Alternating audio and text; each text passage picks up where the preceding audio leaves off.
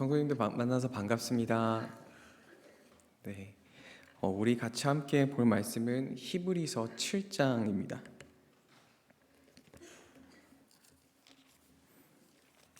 7장 27절부터 28절까지 말씀, 26절부터 28절까지 말씀입니다. 그리고 다 찾으셨으면 두 가지 본문을 더 찾으려고 합니다. 첫 번째는 창세기 14장 말씀을 찾으셔서 이렇게 좀 필 수 있게끔 해주시면 좋겠고요. 두 번째는 시편 110편 말씀입니다. 창세기 14장 말씀, 시편 110편 말씀, 그리고 히브리서 7장 26절부터 28절까지 말씀, 이렇게 세 본문을 찾아주셨으면 감사하겠습니다.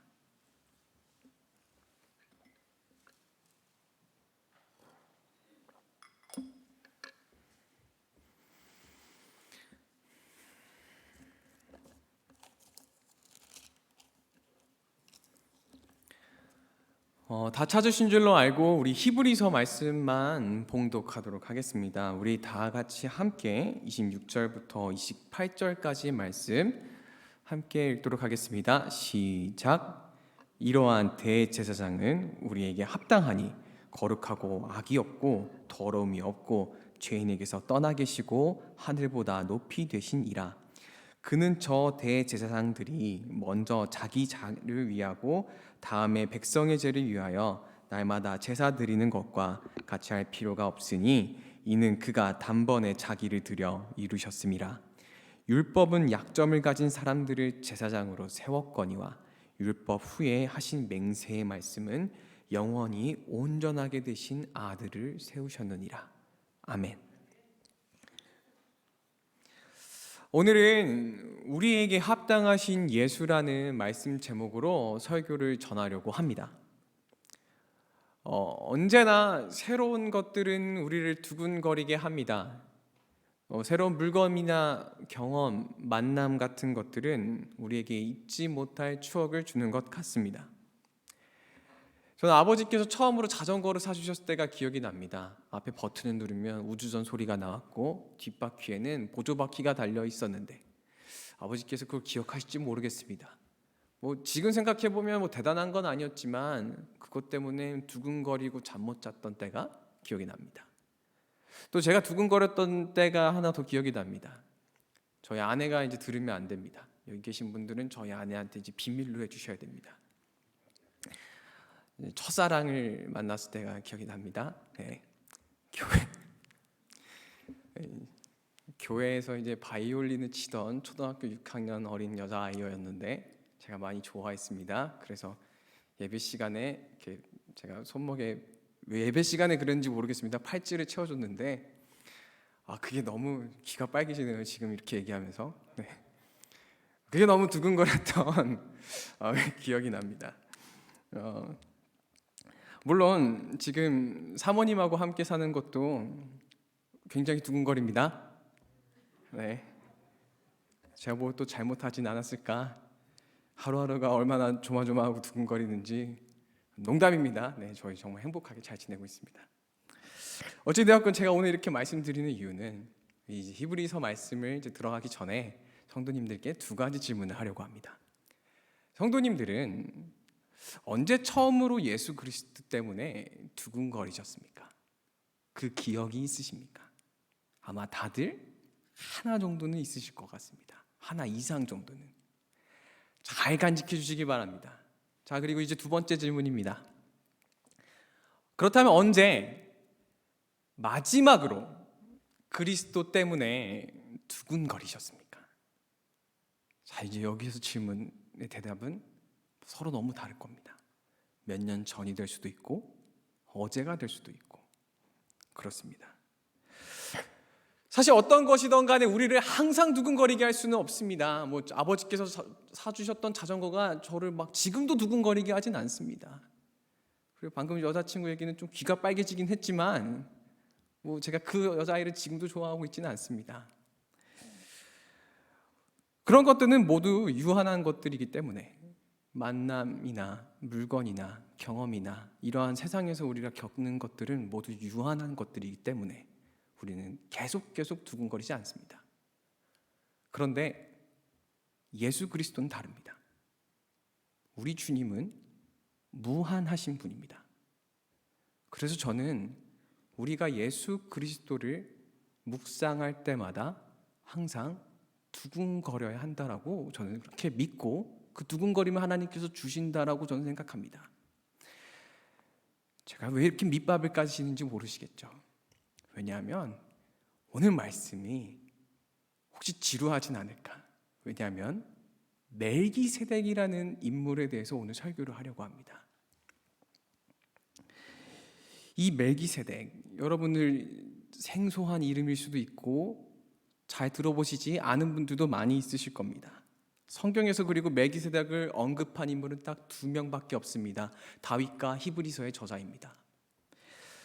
제가 오늘 이 멜기세덱을 통해서 예수 그리스도를 얘기할 때 소망하기는 우리 마음속에 하나님께서 주시는 알 수 없는 그 두근거림이 가득하기를 소망합니다.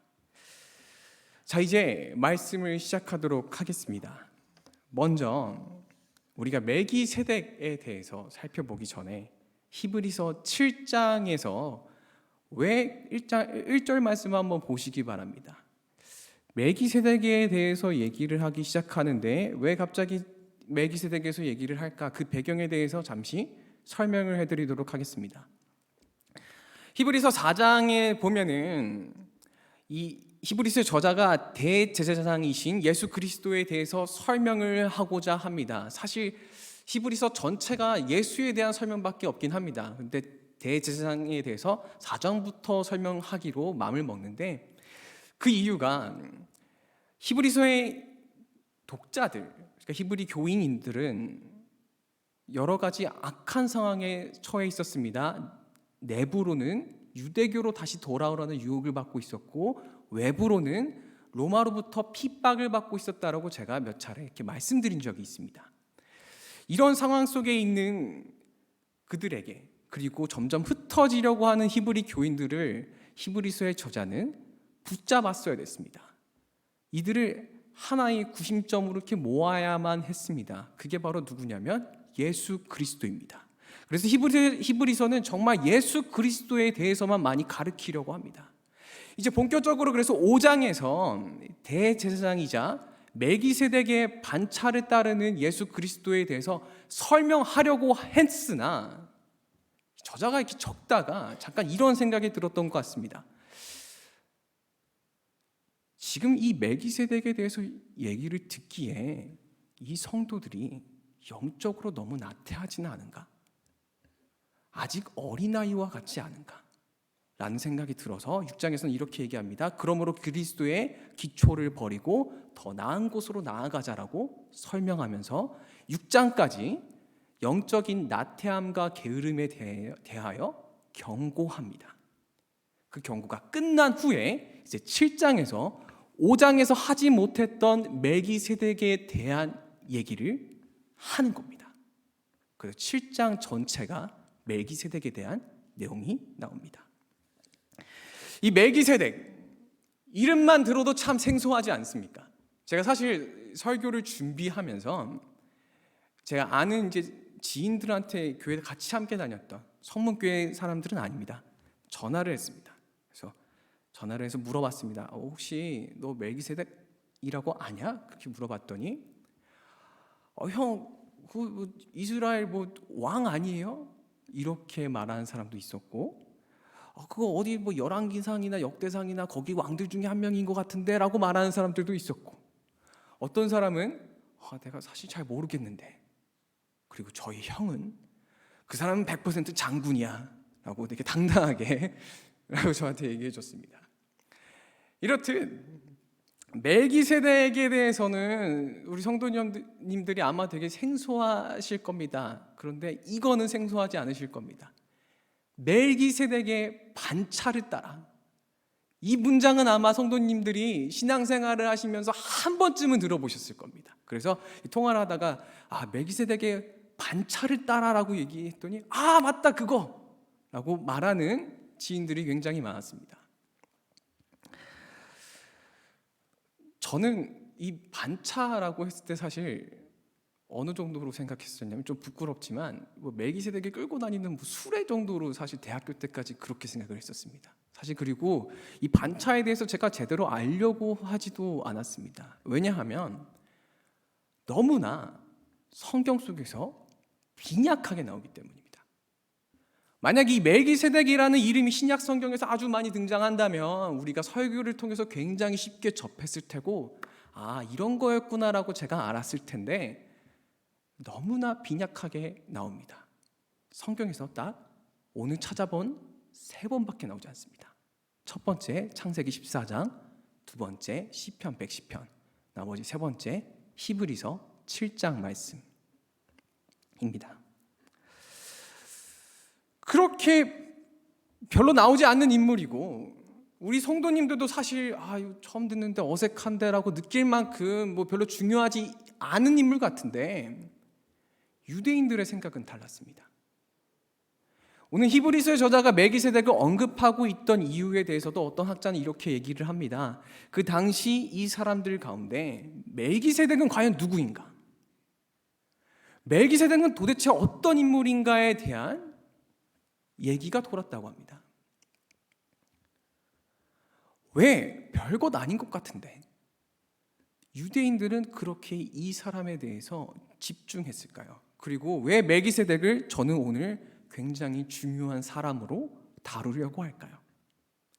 그 이유에 대해서 이제 천천히 창세기 말씀부터 살펴가면서 알아가 보고자 합니다. 우선 우리 창세기 14장 말씀을 함께 보도록 하겠습니다.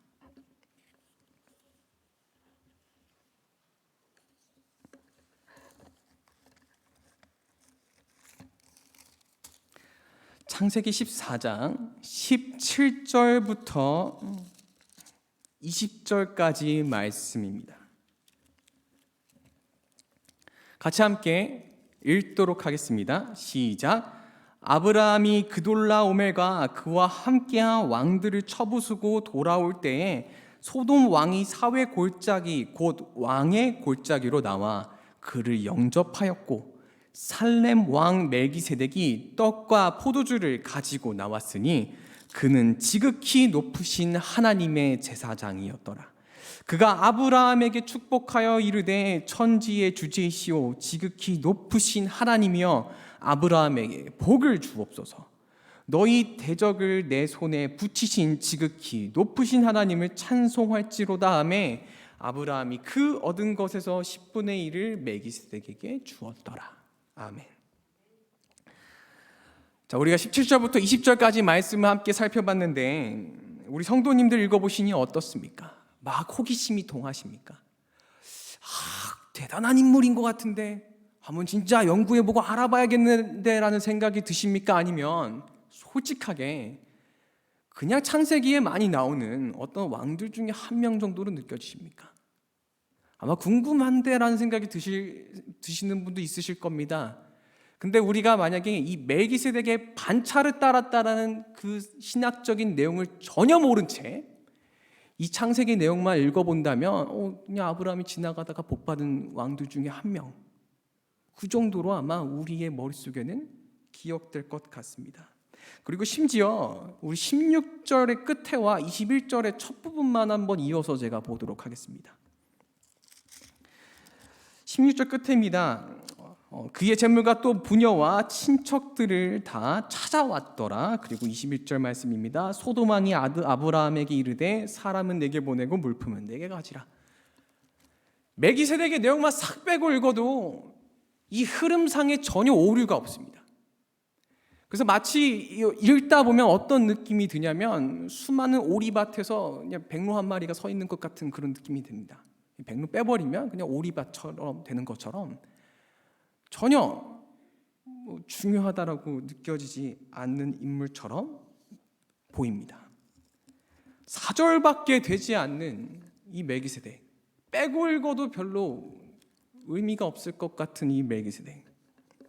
그런데 유대인들은 왜 궁금증을 그렇게나 가졌을까요? 그 이유 첫 번째입니다. 첫 번째, 족보가 없다는 점입니다. 우리 히브리서 7장 3절 말씀 한번 살펴보겠습니다. 오늘은 좀 말씀을 제가 이렇게 왔다 갔다 할 것 같습니다. 그래서 너무 죄송하지만 좀 이렇게 덮지는 말고 항상 이렇게 해주셨으면 좋겠습니다. 7장 3절 말씀입니다. 네. 우리 같이 함께 7장 3절 말씀을 읽어보도록 하겠습니다. 시작. 아버지도 없고 어머니도 없고 족보도 없고 시작한 날도 없고 생명의 끝도 없어 하나님의 아들과 닮아서 항상 제사장으로 있느니라. 특징이 전혀 없을 것만 같았던 이 멜기세덱에게 특징이 있었습니다. 그것은 특징이 없다고 하는 것이 특징입니다. 왜 특징이 없는 것이 특징이냐면, 왜 족보가 없는 것이 특징이냐면, 우리 성도님들이 창세기부터 이제 구약 성경을 읽어 나가시다가 항상 이제 꾸벅꾸벅 졸음에 빠지시는 포인트들이 있습니다. 첫 번째가 이제 그 율법 관련해서 나오면 이제 슬슬 졸려지시기 하잖아요. 그래서 전 두 번째가 족보라고 생각합니다. 정말 어마어마하게 족보가 나옵니다. 누구의 아들은 누구의 아들, 누구의 아들은 누구의 아들, 몇 살까지 살았고. 성경에서 조금이라도 중요하다라고 생각되는 인물이 있으면 족보를 무조건 다룹니다. 왜냐하면 그것이 일반적인 것이기 때문입니다. 그런데 오늘 14장 말씀을 다시 보시면 17절 말씀입니다. 18절 말씀입니다. 뭐라고 말씀하냐면 살레망 멜기세덱 그리고 지극히 높으신 하나님의 제사장이었더라라고 끝냅니다. 지극히 높으신 하나님의 제사장, 이 정도 되는 급이면 당연히 족보가 있어야 합니다. 그런데 그 족보에 대한 설명이 하나 없이 그 정도로 그냥 멜기세덱에 대한 설명을 끝냅니다. 참 이상하지 않습니까? 성경에 어느 누구보다도 굉장히 중요한 직책을 맡고 있는 것 같은데 족보가 나와 있지 않는 것이 정말 이상합니다. 그리고 족보가 나와 있지 않다는 게 얼마나 더 이상한 것이냐면 멜기세덱이 제사장인데 느헤미야 7장 64절에서 이렇게 얘기합니다. 계보 중에서 자기 이름을 찾아도 찾지 못하였으므로 그들을 부정하게 여겨 제사장의 직분을 행하지 못하게 하고. 이스라엘에게서 제사장으로서 활동하려면 족보가 있어야 됩니다. 왜냐하면 레위 지파가 아닌 다른 지파가 제사장을 하는 것이 하나님 앞에서 굉장히 큰 범죄였기 때문입니다. 그들은 명백하게 족보를 통해서 혈통을 유지해야 됐습니다. 레위 지파라는 혈통을 제사장이라는 아주 중요한 직무를 가지고 있었기 때문에. 그래서 느헤미야는 족보가 없을 경우에는 부정하게 여겨서 제사장 직분을 행하지 못하게 했다라고 얘기합니다. 그런데 오늘 멜기세덱은 족보가 있습니까? 없습니다. 그렇다면 우리가 부정하게 여겨야 될까요? 제사장이 아니라고 얘기해야 될까요? 창세기의 저자는 이렇게 기록합니다. 지극히 높으신 하나님의 제사장이었다. 그럼 이걸 통해서 우리는 한 가지밖에 결론을 낼 수가 없습니다. 멜기세덱이 레위 지파와 같은 계열의 제사장이 아니라는 것입니다. 레위 지파의 계열은 족보가 없으면 부정하게 여겼지만 멜기세덱은 제사장이지만 족보가 없어도 제사장이기 때문에 멜기세덱의 반차를 따르는 계통을 따르는 제사장과 레위 지파의 계통을 따르는 제사장은 완전히 독자적이고 다른 노선을 가지고 있다는 것입니다. 그것이 첫 번째, 멜기세덱이 왜 그렇게 중요한 인물이고 유대인들이 놀랍게 생각했는지, 첫 번째가 족보가 없어서 완전히 레위 지파와는 다른 계통의 제사장 직분을 가지고 있었다는 것입니다. 자, 그러면 우리는 이제 성경 속에서 두 가지 계보를 살펴볼 수 있습니다. 첫 번째 멜기세덱과 두 번째 아론의 계통. 제가 이제 설명을 하면서 계속 좀 섞어서 사용합니다. 아론, 아브라함, 레위. 아브라함의 자손, 아론의 자손, 레위 이렇게 제가 섞어서 설명할 건데 모두 하나라고 생각해 주시면 감사하겠습니다. 두 가지 계통이 존재합니다. 멜기세덱의 계통과 레위 지파의 계통입니다. 그런데 이렇게 말하면 좀 웃기게 들릴 수도 있겠지만 만약에 성도님들에게 제가 이렇게 두 개의 계통을 드린 다음에 둘 중에 어느 것이 높습니까? 라고 한번 비교해 보라고 한다면 여러분들은 어느 것이 높다라고 말씀하시겠습니까? 아침 드라마에 보면 제가 아침 드라마를 많이 보는 편은 아니지만 가난한 집 여자와 부잣집 남자가 이제 서로 상견례를 합니다. 그러면 꼭 이런 장면이 나옵니다. 부잣집 어머니는 정말 화려하게 딱 입으셔가지고 눈을 이렇게 막 이렇게 부라리시면서 앉으셔가지고 모든 거를 탐탁치 않아 하시면서 여자애가 한마디 할 때마다 어딜 듣지도 못한 집안이 말이야. 어디서 굴러먹던 집안이야. 죄송합니다. 네. 이런 장면 많이 보셨지 않습니까? 우리 정말 이 집안 얘기, 족보 얘기, 그런 인간들의 어떤 저는 습성이라고 생각합니다. 학연, 지연, 혈연이 다 모두 이런 계통이 아니겠습니까? 왜 그 여자가 우리 집안이야 라고 했을까요? 왜냐하면 그 집안보다 더 자기들은 유명한 대단한 분들이 많았던 족보가 있기 때문입니다. 그럼 제가 만약에 유대인이라면, 제가 만약에 과거에 살았던 유대인이라면 멜기세덱의 반차를 따르는 그 제사장 그리고 레위 지파의 제사장 그 두 개를 두고 저보고 비교하라고 한다면 저는 어떻게 대답했을까요? 제가 이렇게 대답했을 것 같습니다. 어딜 족보도 없는 그 멜기세덱이 말이야. 응? 우리 그 레위 지파 그 수백 년 수천 년 동안에 얼마나 그 대단한 분들이 많았는데 믿음의 조상 아브라함부터 아론부터 얼마나 그 위대하신 제사장들이 이렇게 차곡차곡 우리는 또 족보 관리를 얼마나 철저하게 했냐면 족보에 들어있지 않은 사람들은 그냥 바로 부정하다 여겨서 다 내쳤단 말이야. 우리가 얼마나 그렇게 관리를 빡세게 했는데 저렇게 성경에 4구절밖에 나와 있지도 않는 그 멜기세덱, 족보도 없는 그 멜기세덱 어떻게 비교해? 당연히 우리가 높지 라고 여겼을 것 같습니다. 그런데 놀라운 일이 일어납니다. 우리 창세기 14장 말씀을 또 다시 한번 보도록 하겠습니다. 14장 말씀을 보시면 18절 말씀입니다. 제가 이제 읽겠습니다. 눈으로 따라와 주시면 감사하겠습니다. 그는 지극히 높으신 하나님의 제사장이었더라. 19절입니다. 그가 아브라함에게 축복하여 이르되 천지의 주제이시오 지극히 높으신 하나님이여 아브라함을 복을 주옵소서. 그리고 20절입니다. 후반부에 아브라함이 그 얻은 것에서 10분의 1을 멜기세덱에게 주었도다 라고 얘기합니다. 그럼 이제 한번 비교해 보겠습니다. 사랑하는 성도 여러분, 누가 더 높을 것 같습니까? 10분의 1을 받고 축복을 해준 멜기세덱입니까? 아니면 축복을 받고 11조를 주었던 아브라함입니까? 이것이 제가 생각하는 멜기세덱이 중요한 이유 두 번째입니다. 바로 완벽하게 독자적인 계보를 가지고 있지만 족보도 없는데 아브라함의 계통보다 훨씬 우월한 위치에 있다. 이것이 유대인들을 놀라게 하고 오늘 우리가 멜기세덱을 중요하게 봐야 하는 두 번째 이유입니다. 그리고 여기에 대해서 히브리서 7장 4절에서는 이렇게 증언합니다. 7장 4절 말씀도 한번 보시길 바랍니다. 제가 읽겠습니다. 이 사람이 얼마나 높은지 생각해보라. 조상 아브라함도 노략물 중 10분의 1을 그에게 주었느니라. 그리고 이어지는 7절 말씀입니다. 논란의 여지 없이 낮은 자가 높은 자에게서 축복을 받느니라.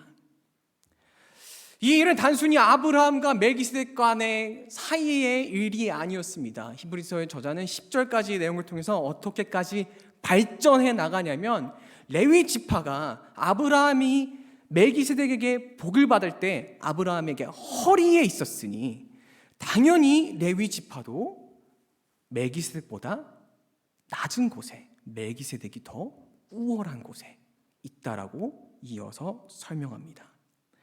족보도 없는 멜기세덱이지만 그는 분명 아브라함보다 더 높은 곳에 있습니다. 너무나 신비해 보입니다. 그래서 히브리서 저자는 7장 3절에서 이렇게 표현합니다. 시작한 날도 없고 생명의 끝도 없어 하나님의 아들과 닮아서 항상 제사장으로 있느니라. 조상 아브라함을 축복할 정도면 굉장히 대단한 인물이기에 족보도 나와 있어야 되고 언제 죽었는지 언제 살았는지도 있어야 되지만 아무것도 없이 독자적인 멜기세덱의 반차를 따르며 그 독자적인 제사장 계통이 아브라함보다 높다라고 했을 때 그 사실이 너무나 신비롭고 놀라워서 히브리서의 저자는 마치 이것이 하나님의 아들이 아닌가라는 생각이 들 정도라고 기록하고 있는 것입니다. 그런데 여기서 한 가지 짚고 넘어가야 될 것이 있습니다. 이 하나님의 아들과 닮았다라는 그 구절 때문에 가끔 우리 성도님들 가운데서도 이것은 분명히 예수 그리스도께서 이 땅에 성육신하신 것이다라고 생각하시는 분이 있습니다. 제 이제 친한 동기 목사님들 중에서도 그런 분이 간혹 있습니다. 그렇게 생각하시는 게 100% 잘못됐다라고 말씀드리는 것은 아닙니다만 오늘 이 내용을 처음 들으셨다면 멜기세덱은 하나님의 아들 성육신한 것이 아니라 이름 모를 신비한 왕 중에 한 명 정도로 기억해 주시면 감사하겠습니다. 네, 이것은 그냥 이대로만 정리를 하고 여기서 오늘 말씀에서 중요한 것이 아니기 때문에 여기서만 잠깐 정리하고 넘어가겠습니다. 어쨌든 지금까지 유대인들이 왜 멜기세덱을 주목할 수밖에 없었는지 두 가지를 말씀드렸습니다. 첫 번째, 족보가 없기에 다른 독자적인 노선에 있었다. 두 번째, 아브라함보다 더 높은 곳에 있었다입니다. 그럼 마지막 세 번째는 무엇일까요? 세 번째는 시편 110편 말씀을 통해서 알아가려고 합니다. 우리 함께 시편 110편 말씀도 살펴보겠습니다. 이제 창세기 말씀은 보지 않을 것입니다.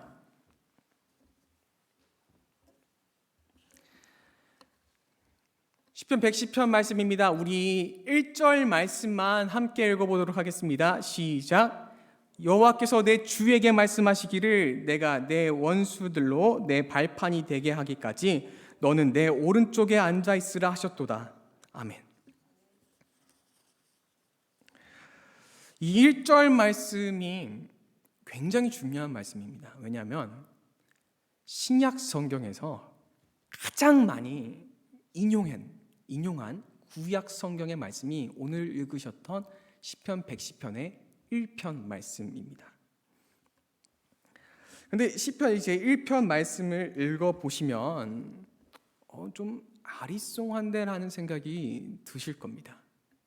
이 시편은 다윗이 기록했는데 다윗이 어떻게 얘기하냐면 여호와께서 내 주에게 말씀하시기를 이라고 얘기합니다. 그럼 여기서 내 주가 과연 누구일까요? 우리가 성경에 기록되지 않았던 다윗보다 더 높은 곳에 있었던 사람이 있었을까요?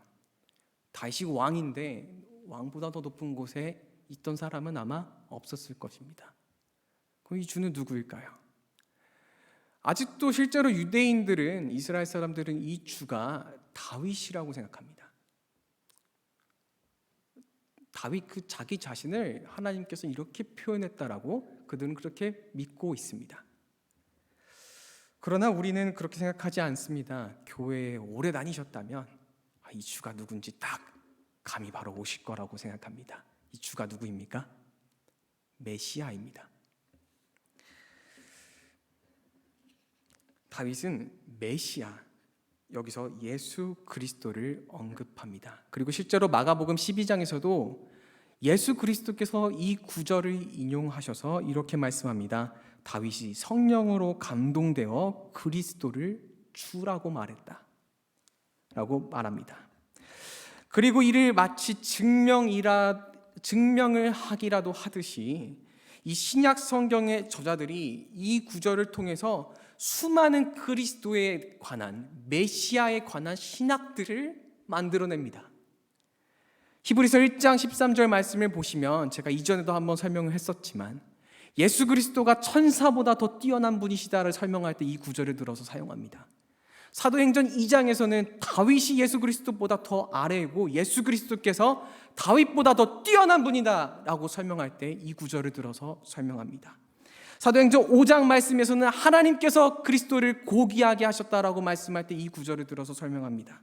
로마서 8장에서는 중보하시는 그리스도, 히브리서 10장 말씀에서는 완전하신 제사장을 설명하실 때 이 구절을 들어서 설명합니다.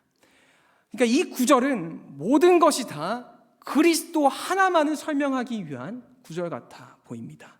그렇다면 우리는 이렇게 말할 수 있을 것 같습니다. 이 시편 자체가 누구를 증거하고 있습니까? 다윗도 아니라 예수 그리스도만을 나타내고 있습니다. 그래서 그럴까요? 우리가 이제 평소에 시편을 읽던 것과는 다르게 이 시편은 조금 더 다르게 다가옵니다. 왜냐하면 우리가 평소에 자주 읽던 시편은 다윗의 심경이나 그의 괴로운 감정 혹은 감사와 찬양 등을 나타냈지만 이 시편은 예언적입니다. 굉장히 예언서에 나올 것 같은, 아니면 선지자가 말하는 것 같은 듯한 느낌을 주고 있습니다. 다윗이 그렇다면 어떻게 이렇게 예언적인 시편을 작성할 수 있었을까요? 하나님께서 다윗에게 오셔서 다윗아, 지금부터 내가 하는 말을 하나도 빠짐없이 받으자거라. 내 주께서 여호와께서 말씀하신, 이런 상황은 일어나지 않았을 거라고 저는 생각합니다. 왜냐하면 아까 말씀드렸다시피 마가복음 12장에서 예수님께서 뭐라고 말씀하시냐면 다윗이 성령으로 감동되어서 그리스도를 주라고 했다라고 말하고 있습니다. 다윗은 이 시편을 성령으로 감동되어서 적었을 것입니다.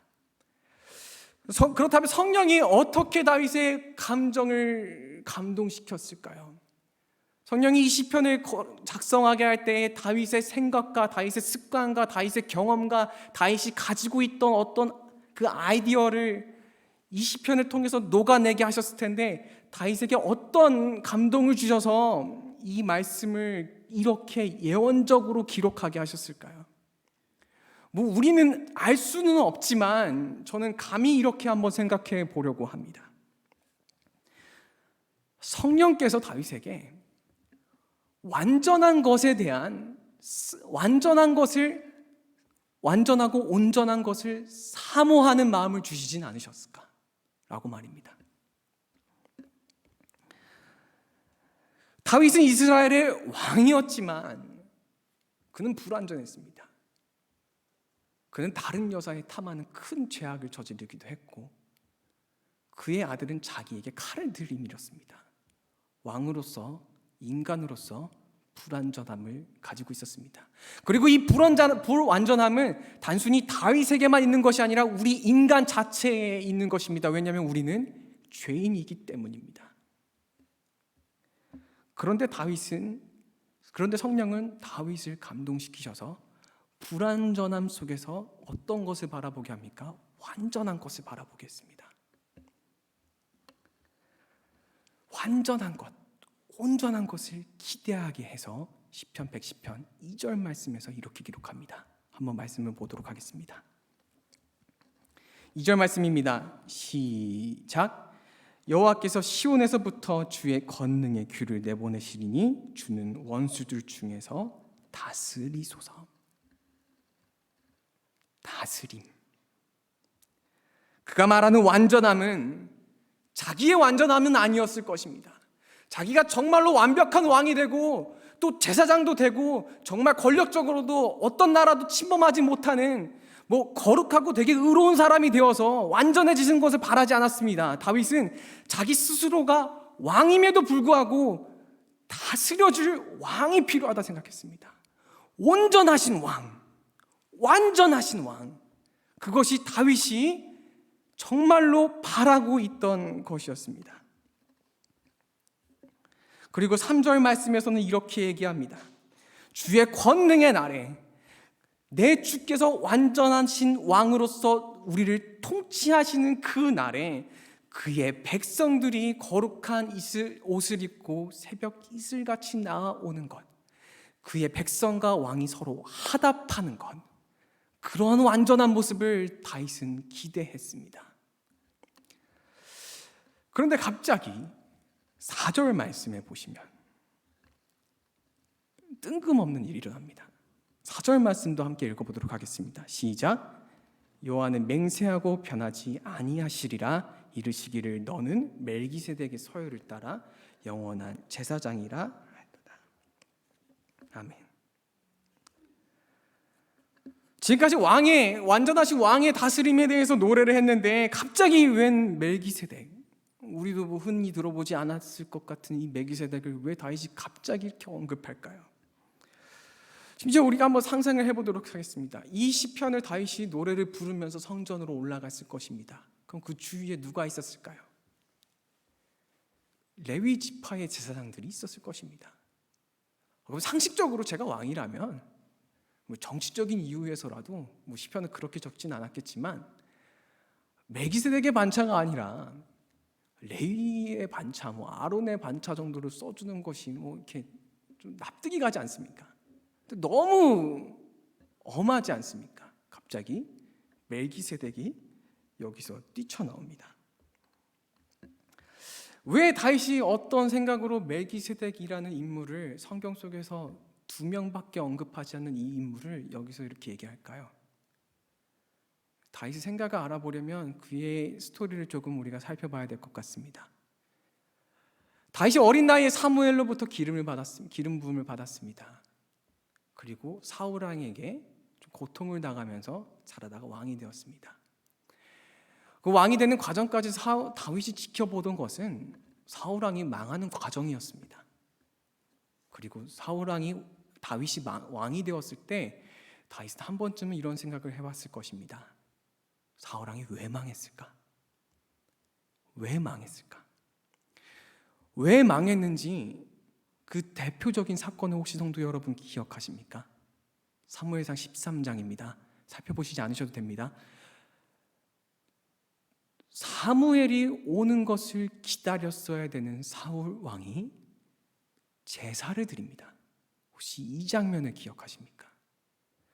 하나님의 허락도 없이 기다리다 지쳐서 자기가 그냥 제사를 드려버립니다. 레위 지파도 아닌데 모든 권력을 갖고자 했습니다. 그때 하나님으로부터 버림을 받았다라고 사무엘상 13장에서는 그렇게 기억합니다. 그리고 또 이런 비슷한 사건이 하나 더 있었습니다. 우시야 왕은 왕으로서 제사를 지내다가 하나님께로부터 저주를 받았습니다. 이렇듯 다윗이 바라보았던 것은, 사울 왕이 망해가는 과정 속에서 알고 있었던 것은 왕으로서 제사장 역할을 하면 절대 안 되는구나, 레위 지파밖에 이것은 할 수가 없구나라는 사실을 알고 굉장히 조심했을 겁니다. 그와 동시에 다윗은 이 왕과 제사장의 명확한 한계를 느꼈을 것입니다. 그리고 이렇게 살아가다가 신명기 17장에서는 왕의 덕목에 대해서 나옵니다. 왕의 덕목에 대해서 여러분들이 기억하시는 것들이 아마 말을 많이 갖지 말 것, 또 뭐 금은보화를 많이 갖지 말 것, 아내를 많이 갖지 말 것, 이런 것들을 기억하실 겁니다.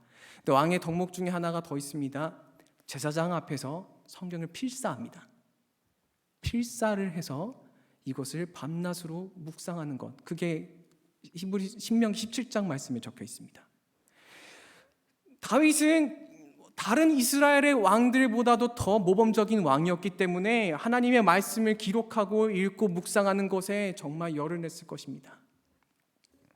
그리고 그가 창세기 14장을 읽습니다.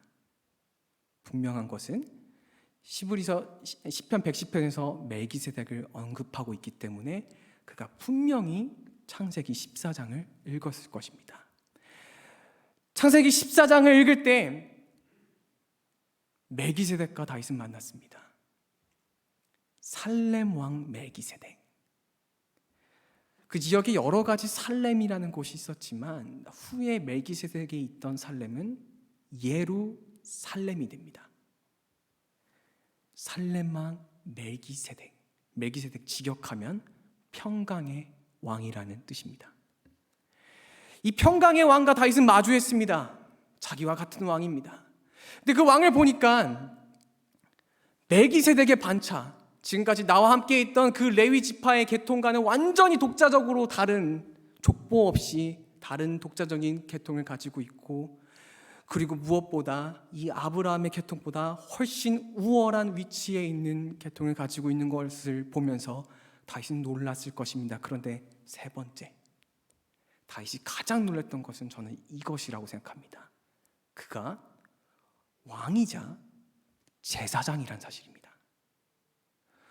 왕과 제사장은 겸하여 섬길 수 없다는 것은 그것을 다윗은 사울왕을 통해서도 너무나 잘 알고 있었습니다. 그것이 죄인된 우리의 한계라는 것도 다윗은 알고 있었을 것입니다. 그런데 멜기세덱은 달랐습니다. 그가 왕과 제사장을 겸하여 섬기고 있었습니다. 이 사실은 다윗의 마음속에서 떠나가지 않았을 것입니다. 그리고 그는 시편에서 이렇게 기록하며 생각했을 것입니다. 지금 우리가 가지고 있는 이 불완전한 왕, 지금 우리가 가지고 있는 레위 지파를 따르고 있는 이 불안정한 제사장, 이것들은 언젠가 없어지고 정말 언젠가는, 그날이 언젠지는 모르겠지만 정말 언젠가는 내 주께서 완전하신 왕이 되셔서, 완전하신 멜기세덱의 반차를 따르시는 제사장이 되셔서 우리에게 찾아오사 우리를 통치하시고, 우리가 거룩한 옷을 입고 주의 앞으로 나아가는 것, 완전하신 왕과 제사장이 우리를 통치하는 것, 그것을 다윗은 소망했습니다. 그렇다면 이 소망이 이루어질 수 있을까요? 없습니다. 절대 없습니다. 상상해 보십시오. 에덴 동산에서 아담과 하와는 제사장과 왕처럼 지냈었지만 무엇 때문에 망했습니까? 죄 때문에 타락했습니다. 그 이후로 수천 세대, 수억 세대를 거듭하더라도 인간의 몸에서 나올 수 있는 건 무엇입니까? 죄밖에 없습니다. 우리는 죄인일 수밖에 없습니다. 다윗이 그렇게 소망했지만 인간의 자손을 통해서는 절대 이 소망이 이루어질 수는 없습니다. 불가능할 것 같아 보입니다. 그런데 전능하신 하나님께서 세상을 사랑하사 독생자 아들을 보내주십니다. 영원하신 왕, 영원하신 제사장, 모든 이름 위에 뛰어나신 그 이름 예수 그리스도를 우리에게 보내주셨습니다. 이제 히브리서의 저자는 다윗의 소망이자 온 인류의 소망인 그 멜기세덱의 반차를 따라가는 예수 그리스도에 대해서 덧붙여 설명하기 시작합니다. 7장 11절 말씀 함께 보도록 하겠습니다. 눈으로 한번 살펴보도록 하겠습니다. 히브리서 7장 11절 말씀입니다. 레위 계통의 제사 직분으로 말미암아 온전함을 얻을 수 있었으면, 만약에 아브라함과 아론의 계통의 제사장 직분이 완전한 제사장 직분이었으면 하나님께서 멜기세덱이라는 새로운 제사장 직분을 세우실 필요가 없었을 것이라고 얘기합니다. 그러나 레위 지파의 계통이 불완전했기 때문에 하나님은 멜기세덱이라는 계통을 준비하셨습니다. 그리고 12절 말씀에서는 이렇게 얘기합니다. 이제 제사 직분이 바뀌었다라고 얘기합니다. 누구 때문에 바뀌었습니까? 멜기세덱의 반차를 따라가는 그 예수 그리스도 때문에 바뀌었습니다. 레위 지파에 종속되었던 것이 모세의 율법이었다면, 돌판에 쓰여진 그 율법이었다면, 이제 멜기세덱의 반차를 따라가는 그 예수의 율법을 우리가 가지게 된 겁니다. 돌판에 율법이 써져 있는 게 아니라 우리 가슴 속에 율법이 쓰여지는 역사가 누구를 통해서 이루어집니까? 예수 그리스도를 통해서 이루어지는 것입니다. 예수로 인해서 모든 것이 바뀌고 말았습니다. 7장 24절부터 25절까지 말씀을 또 보도록 하겠습니다. 예수는 영원히 계심으로 그 제사장 직분도 갈리지 아니하느니라. 이제 더 이상 변하지 않는 직분입니다. 그러므로 자기를 힘입어, 예수를 힘입어 하나님께 나아가는 자들을 온전히 구원하실 수 있으니 이는 그가 항상 살아계셔서 그들을 위하여 간구하십니다. 하나님께 나아가는 우리 죄인들이 죽을 수밖에 없는 죄인이고 아무리 수천 세대를 거듭해봤자 절대 완전해질 수 없는 그 죄인들이 이제 그 하나님 앞에 온전하게 나아갈 수 있게 됩니다. 그래서 베드로전서 2장에서 우리를 어떻게 부릅니까? 우리를 너희는 왕같은 제사장이요 라고 부릅니다. 왜? 우리가 예수를 따라 그렇게 되었기 때문입니다. 이렇게 기쁘고 놀라운 소식이지만 우리가 반드시 기억해야 되는 한 가지 사실이 있습니다. 26절 말씀을 한번 살펴보도록 하겠습니다. 오늘 본문 말씀입니다. 이러한 대제사장은 우리에게 합당하니 라고 말합니다. 왜 합당할까요? 그 합당할 수 있는 조건에 대해서 이제 덧붙여 설명합니다. 그 뒷절 말씀을 보시면 우리에게 필요한, 합당하다는 단어가 필요한 것인데, 필요한 제사장은 거룩하고 악이 없고 죄인에게서 떠나 계시고 하늘보다 높이 되시니라 라고 설명합니다. 정말 어려운 조건들입니다. 그런데 하나님은 아들을 보내시면서 이 조건을 채우셨습니다. 그런데 물어볼 것이 있습니다. 왜 이 조건들이 필요합니까? 어디에 쓰려고? 그 뒷절 말씀도 함께 읽어보도록 하겠습니다. 27절 말씀입니다. 그는 저 대제사장들이 먼저 자기 죄를 위하여고 다음에 백성의 죄를 위하여 날마다 제사 드리는 것과 같이 할 필요가 없으니 이는 그가 단번에 자기를 드려 이루셨습니다. 이 조건들이 어디에 필요합니까? 십자가에 못 박히는 데 필요합니다. 제가 처음에 두근거림에 대해서 얘기했습니다. 왜 예수가 우리를 계속 두근거리게 할까? 단순히 예수가 너무 신기해서, 아니면 새로운 사실을 알 수가 있어서? 아닙니다. 두근거리는 이유는 저는 이렇게 생각합니다. 내 비참함 때문에. 수억 세대를 거듭해도 나는 죄인일 수밖에 없기 때문에, 이 비참함에서 절대 완전함으로 나아갈 수 없기 때문에, 그래서 필요한 것이 있습니다. 거룩하고 악이 없고 더러움이 없고 죄인과 멀리하며 하나님의 아들과 같은 분이 필요합니다. 멜기세덱의 반차를 따라 영원한 왕과 영원한 제사장 직분을 가지고 계신 분이 나를 위해서 죽어야 되는 것이 필요합니다. 그가 피를 흘리는 것이 내가 필요합니다. 왜? 내가 비참한 상태에 있기 때문에.